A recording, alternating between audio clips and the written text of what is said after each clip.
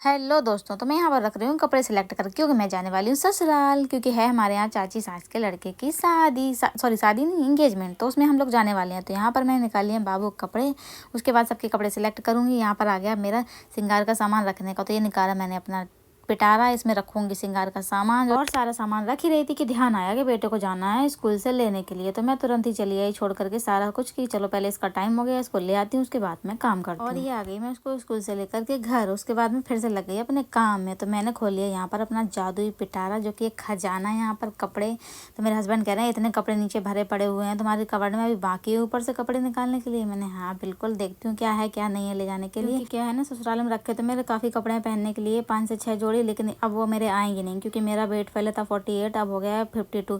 तो यहाँ पर मेरे कपड़े सब टाइट हो गए होंगे। जाते ही खोला निकाली मुझे करनी पड़ेगी। इस वजह मैं यहाँ से 4-5 जोड़ी कपड़े लेकर के जा रही हूँ डेली यूज के लिए, जो कि वहाँ पर रख दूंगी, और जो टाइट हो रखे हैं उनको वापसी ले आऊँगी। और यहाँ पर अपना काम कर ही रही थी कि पतिदेव को मेरी खुशी देखी नहीं जाती। तुरंत उन्होंने लगा दिया मुझे अपने काम में कि चलो तुम्हारा काम हो गया तो मेरा काम भी करवा लो चल, क्योंकि मेरे बिना काम इनका होता नहीं है। इसलिए मैं आकर के बैठ गई। काम तो करना ही पड़ेगा, क्योंकि जाना है 4-5 दिन के लिए, जितना हो सके उतना ऑर्डर भेज देंगे। उसके बाद वो खुश हो गए काम करने के बाद, फिर ला दिया उन्होंने डोसा। तो मैं और मेरा बेटा बैठ गए खाने के लिए। तो मैं अपने हाथों से खिला रही हूँ, उसका कोई फैला देगा तो इस तरीके से बोल रहा है नहीं मुझे तोड़ करके दो, मैं खाऊंगा, तुम मत खिलाओ। तो अपने हाथों से लेकर के खा रहा है। और खाना पीना खाने के बाद आ गई फिर मैं अपने हस्बैंड के कपड़े सिलेक्ट करने के लिए, क्योंकि मेरे बेटे और मेरे तो हो गए हैं, अभी नहीं कपड़े बाकी, सबसे लास्ट में यही रह जाते हैं। 4 बार बोले उनको, तब बोले अरे रख लो कुछ भी, अरे रख लो। कपड़े निकालने के बाद रह गए तो प्रेस करने के लिए, तो फिर मैंने रख दिया। मैंने कहा चलो अब सुबह ही लगाऊंगी प्रेस कर करके। तो यहाँ पे मैंने प्रेस करके सारे कपड़े रख लिए उनके भी, और अब मैं रख रही हूँ सारा सामान जो जो मुझे लेकर के जाना है, क्योंकि यहाँ पर मुझे और अपने और सबके कपड़े सिलेक्ट करने होते हैं खुद